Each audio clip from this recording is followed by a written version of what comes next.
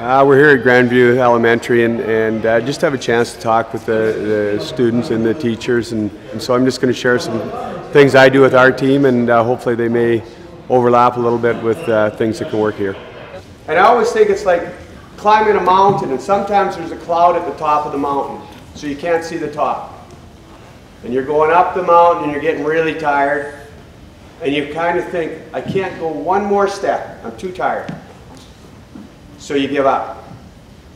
And then the fog clears, and you were only a foot away from the top of the mountain when you quit.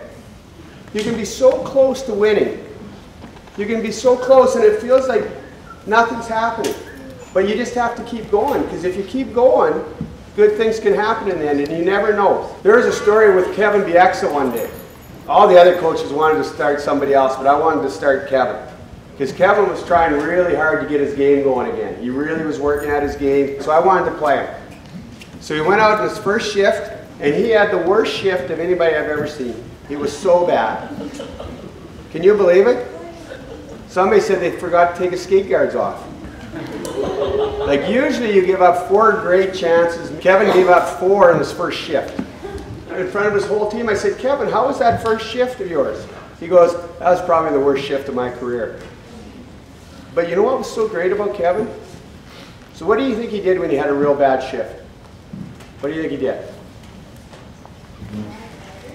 Yeah, he wasn't even worried about it. He just went and played hard. He didn't care.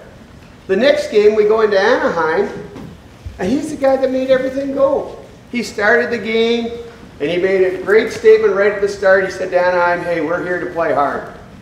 And everything was going bad, and he was the guy that stepped up in front of everybody and said, hey, if you're going to beat the Canucks, you got to go through me. And here he was the guy that was so bad the night before. But he didn't let it bother him. And sometimes you're going to have bad days and things aren't going to go good. But it's how you react that's important. It's what do you do with it that really counts. So I learned that communication has to go both ways.